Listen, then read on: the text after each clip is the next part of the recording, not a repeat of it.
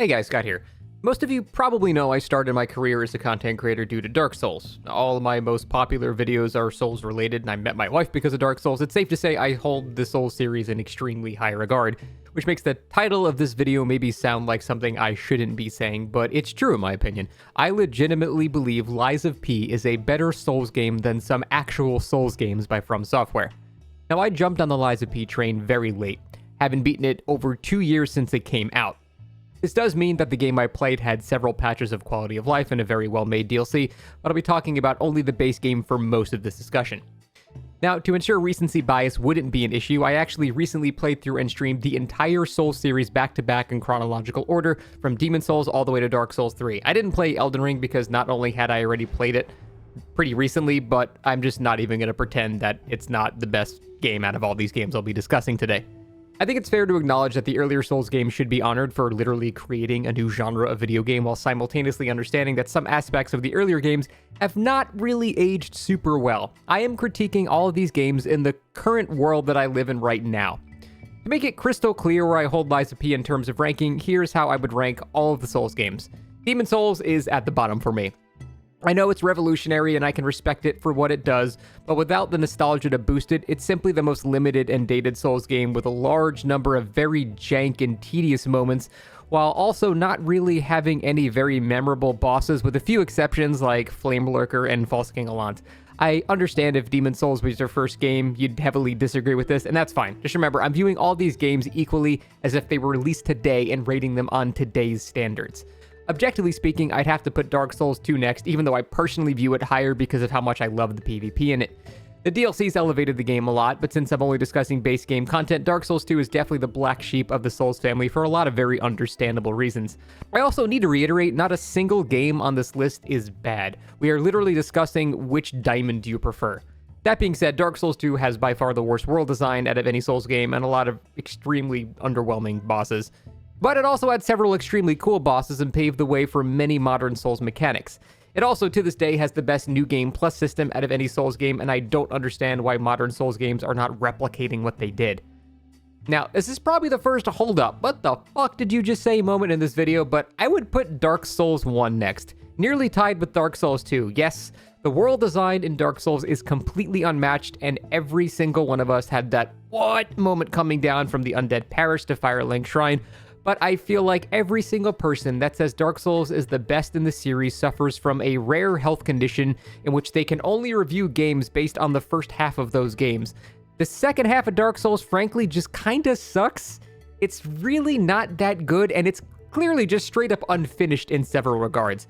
It's only because the first half is so unbelievably good that it does average out to still being an extremely good game, but I cannot tell you how much just having a section like Lost Izalith drags down the game for me. I should never play a game and go, oh god, not this part, and Dark Souls unfortunately has several of them later on. All that being said, there is a reason people cite Dark Souls as an example of the greatest world design ever, and that is for a very good reason. Next is probably the second hold up, what the fuck did you just say moment. I would put Bloodborne above Dark Souls and sort of like tied with Lies of P and Dark Souls 3. Again, I just played through all these games very recently, so there's no nostalgia bias going on here. I honestly used to view Bloodborne higher before playing through the entire series on stream, but one person in my chat said, I think Bloodborne's overrated, like half the bosses are not even good, and we all kind of dogpiled them for daring to insult the masterpiece that is Bloodborne. But as I played through the game again for maybe like the 7th time, I actually kept track of all the bosses, and you know what? That random dude in chat was kind of right. Like, half of Bloodborne's bosses are actually not that good. There are 16 base game bosses, and 8 of them range from just like, okay, to frustrating to just straight up bad. For every Father Gascoigne, there's a Rom the Vacuous Spider. For every Gehrman, there's a One Reborn. Seriously, look at a list of the bosses in Bloodborne's base game and actually count how many of them you scoff at. It's probably higher than you might remember. Even some more enjoyed fights like Cleric Beast, I actually found pretty uninteresting on replay. I just sort of hugged its ass and just mashed R1 till it died. I would sometimes get hit by random flailing, and I just rally the health back all while the game barely runs at 30 FPS, which is far more than just a superficial downside. All that being said, Bloodborne is still on the higher end of this list because of a few reasons, namely world design, atmosphere, and music. There is no game, especially not Lies of P, that matches the atmosphere of Bloodborne. That slow but unrelenting transition from werewolves in London to celestial, eldritch, cosmic horror is the reason people cite Bloodborne as their favorite Souls game, and it's kind of hard to argue it's not a masterpiece on that front. Still, a frustrating gem system that requires god-awful chalice dungeons to maximize, a very tedious consumable-based healing system, and a limited selection of weapons, although to be fair, they are all very cool, makes the moment-to-moment gameplay in Bloodborne not consistently good, although when it shines extremely bright. Next, I would put Lies of P, again, kind of like tied with all these. I'll explain why I think it's so good in the rest of this video, but for now, let's move on. And the last of the three-way tie would be Dark Souls 3. Dark Souls 3 does not really do anything new or particularly interesting for the Souls series, in my opinion. It just does everything at a very good level. It has far less tedium and far more notable bosses.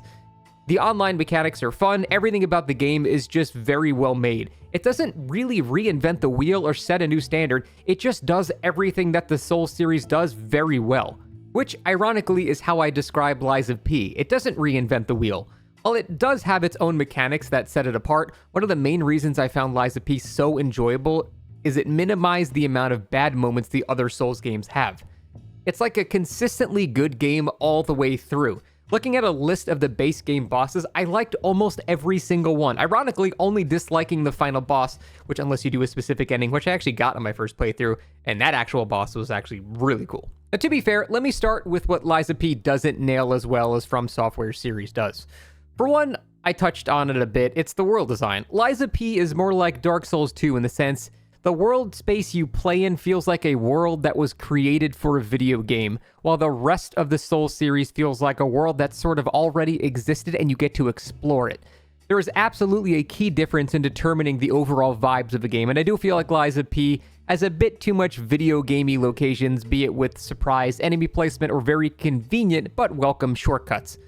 Lies of P never really gave me like a super jaw-dropping moment, but it never bored me either.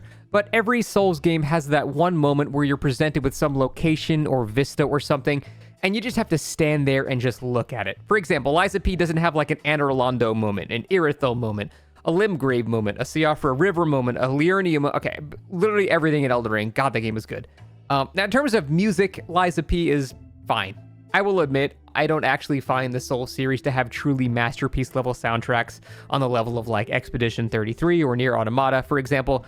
With the sole exception of Bloodborne. Bloodborne actually does have an incredible soundtrack. Even so, most Souls games do have a few memorable tracks that I would search for on YouTube for later, but I didn't really find a desire to do that with any of Lies of P songs, other than a couple of the songs you actually play in the actual hub itself, and that's more just like ambient, nice background music. Now, this is more of a subjective criticism than an objective one, but one of my favorite things about the Souls series is just creating my own character.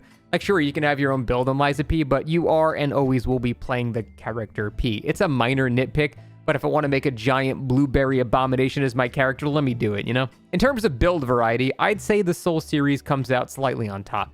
Lies of P sort of has Bloodborne syndrome, where casters don't really exist so much as they are people who specialize in consumables. Again, it's like a small nitpick, but I love making pure spellcasters in Souls games, and Lies of P didn't really have that option, again, similar to Bloodborne. Finally, the multiplayer, or rather, lack thereof. I adore the multiplayer of Souls games. Again, all of my most popular videos are making just stupid-ass builds and invading people with them. Go for host, should I? All right. No, I'm going for this guy.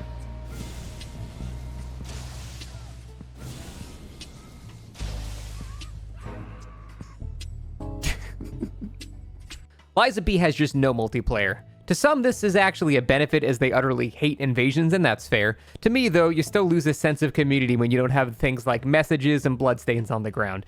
It's a minor critique for what is largely a review of a single-player game, but even the loose multiplayer elements from the Souls series, even if not involving co-op or PvP, are kinda sorely missed. And that's sort of about it. Everything else, in my opinion, Lies of P does as good or better. Firstly, the combat. The combat in Lies of P is just flat out fun. It combines Bloodborne and Sekiro and can reward you for choosing either or both playstyles. The parrying in Lies of P is immensely satisfying, with a viscerally chunky sound effect and even the ability to shatter the weapon of the enemy attacking you.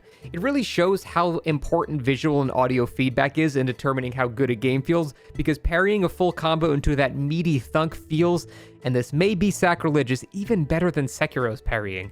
How dare you wear that? Yeah, fuck your axe. I get to wear the axe, not you.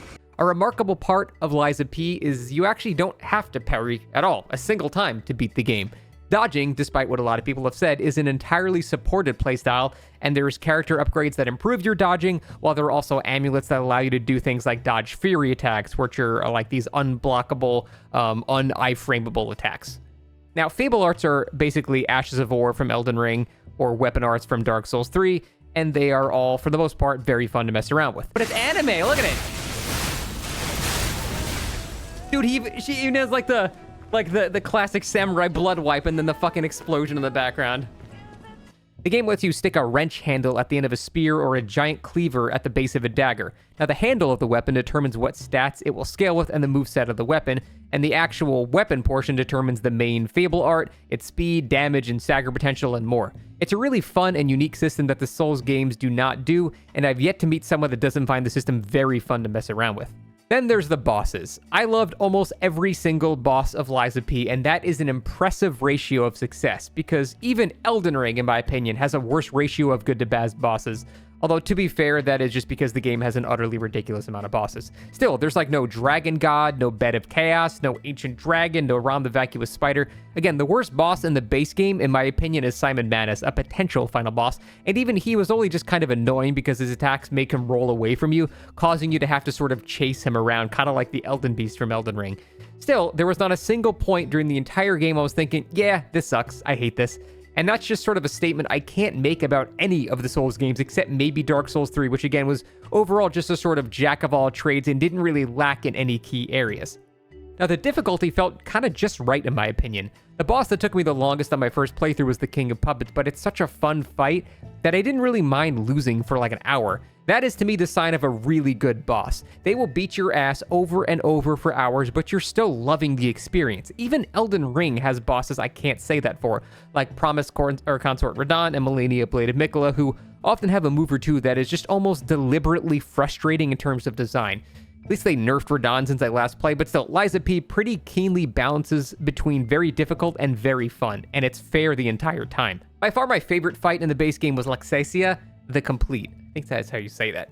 If you haven't played Lies of P, it's hard to describe why she's so fun to fight, but it's sort of a combination of very telegraphed moves that are difficult but very fair, and just an insane amount of aura when she like flies into the air and just beams lightning at you, which you then can parry to deflect back at her like you're Link playing volleyball with Ganondorf. It's just awesome. Don't get me wrong, the Souls games have higher highs in terms of boss fights. Like Lies of P does not have anything close to Ludwig or Lady Maria, Nameless King, Radagon, or Godfrey, but a few of them do come impressively close while also not having the plethora of mediocre bosses that those mentioned Souls games do have. If we include DLC, Lies of P has probably the coolest duo boss I have ever seen. Like, out of every game in general, not even just a Souls game. I actually enjoyed the story in Lies of P more than any Souls game. I tend to not really care too much about the story in Souls games in general, but I was pretty intrigued by the lore surrounding the puppet frenzy, the petrification disease, and the alchemist in general. Where Bloodborne goes from werewolves to eldritch entities, Lies of P goes from sort of steampunk Paris to straight up alchemical magic in the final sections of the game, which I thought was really cool to see. Sophia, effectively your Temu Firekeeper, is a very tragic and well-designed character, and I appreciate she's actually that, like a character. Most Souls games have your level-up lady somewhat irrelevant to the main story with a few exceptions, but Lies of P incorporates her directly into the saga with a very tragic but kind of like beautiful ending when you learn the truth about her. I think the main reason most people still view some Souls games higher than Lies of P is straight-up nostalgia bias. When you remember your first Dark Souls playthrough, you remember the Undead Parish Firelink Shrine connection, you remember seeing Anor Londo for the first time, you remember the feels of seeing a decayed Gwyn at the end of the game. What you aren't realizing is you're just sort of subconsciously ignoring all the abysmal dog shit in that game. For example, you're not remembering the Field of Dragon Bots, or how the Kiln of the First Flame is actually just 14 copy-pasted Black Knights in a straight line, or how Blighttown ran at 24 FPS, or how actually playing the Duke's Archives is in terms of gameplay. You remember all of the greatest parts, which again, are admittedly masterpiece level. Since I just played through the entire Souls series before Lies of P again, I don't have that nostalgia bias. I just played them all back to back. I collectively enjoyed myself playing Lies of P more than Demon Souls, Dark Souls 1, and Dark Souls 2, and my experience was more or less tied with Bloodborne and Dark Souls 3. To me, Lies of P doesn't really have a worst part. Actually, no, I take that back. Lies of P does have one worst part.